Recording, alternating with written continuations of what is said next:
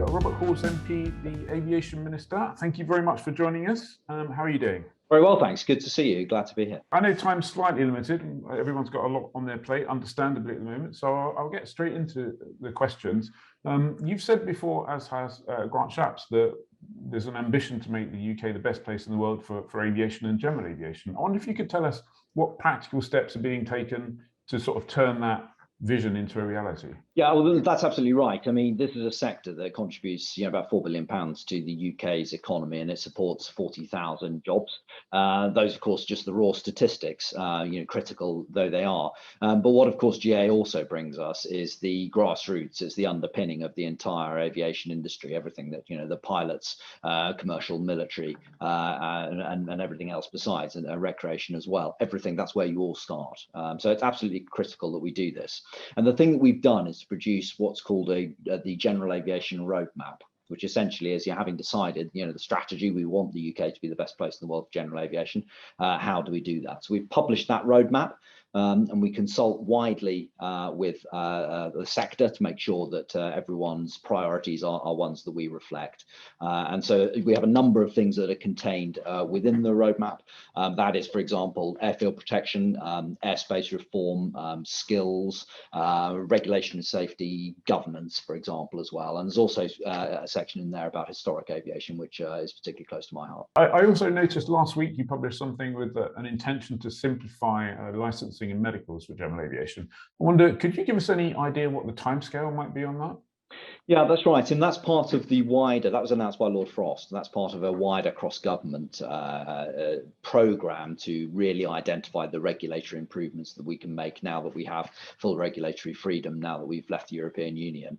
So that's an ongoing process now. And you're absolutely right. We're going to be looking at those licensing and medical requirements and see what we can do to make sure that the rules that apply in this country are the ones that best fit our environment. I can't give you a precise timescale at the moment, but it's something we're keen to work on and work through as quickly as possible. I certainly know there's a large amount of frustration in the aviation community at the moment, both with the performance of something called SELMA, which is the CAA's portal for running medicals, and the licensing process, which complexity aside, the licensing delays at the moment are really quite exceptional. So it'd be good to get them simplified and certainly speeded up if we can. Yeah, so I'm very keen to do that, and that may be something that's a part of this regulatory aspect. But I work very closely with the CAA. I meet them regularly, but it's also keen. I'm really keen, and it's very key that I emphasise that I really want to know what everybody thinks. If there are any issues that you think, either yourself or anyone else within the community that wants me to look at, please let me know, and I'm very happy to do it. I'm very keen to be accessible, hands-on, and to really make a difference to the things that matter. I have your email address. I'll share a few brief notes, just so it doesn't take up too much of your time to read them, with just a few headlines for you to look at. Moving on to the next question. This year, we lost in the UK access to the EGMOS signal, which provided a kind of three-dimensional approach down to LPV, so precision approaches. Do you know, is there any negotiation going on to get that back, or to replace it somehow? Yeah, so look, I know that this is something that is a challenge for airfields, and I know that there is an impact that having ended and ongoing. Fundamentally, it was incompatible with the negotiating position. We weren't able to get to an agreement when we left and signed that free trade agreement on that. And there isn't any plan to reopen that question. But what we will be doing is working with the entire GA community to make sure that we can explore and use other approach techniques as much as we can. And we will be looking in the longer term to see what other alternatives we may be able to procure that may assist. We've now have a situation in the UK where approaches can be approved, effectively RMP/GPS approaches approved to airfields without full air traffic control. And it just takes an awful long time to get that done. And then when they are done, the restrictions put on their operation by Civil Aviation Authority and others means that they're not actually available to general aviation pilots. I think that would be a good area for you to look at in future.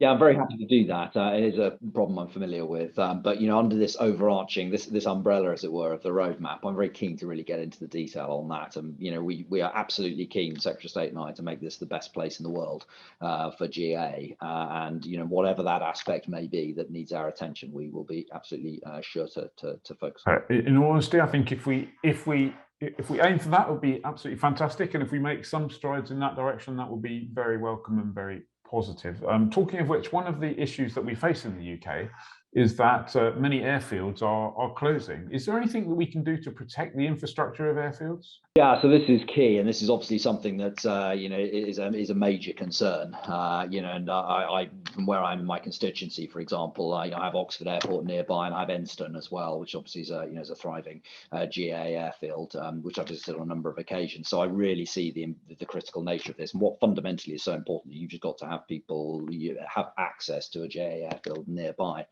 So we are, as I outlined as part of the roadmap, that protection of airfields aspect of it is a key part of it, and we are looking to see what we can do on that. We're keen to make sure that we work with our colleagues over in the Department for Communities, Local Government to make sure there's good guidance given, to make sure everyone realises the huge value that GA brings in economic terms. As I outlined at the beginning, it's that £4 billion of contribution to the economy for the 40,000 jobs, but also the cultural aspect of it, that if you want to be a leader in aviation, you have to have a thriving GA movement as well, and that requires airfields. So we're very keen to make sure that real strategic understanding of the vital nature of having airfields and a network of them is understood. One of the key one of the bright lights of UK general aviation has been our professional flight training industry. We've been running events in that arena for probably over 20 years now, and the UK certainly does have one of the very highly respected infrastructures for professional flight training. Obviously, with the end of the transition period and our leaving EASA, the licenses became incompatible. And certainly from the general aviation point of view, people with a LAPL can no longer fly in Europe, whereas they could once upon a time. And UK airline pilots need to choose between CA or EASA licenses. I realise there's a political element to this, which is probably best not to go into right now. But now the politics is effectively done. Is there a move underway, or will there be a move underway to see if there's kind of any way of getting mutual recognition of licenses back on the plate? Yeah, again, so I am completely aware of this issue, and you're absolutely right to put your finger on the fact that the UK is really seen as a gold standard, as a quality mark for training across the whole of the world. We're renowned for our aviation industry and the quality of the instruction that takes place here.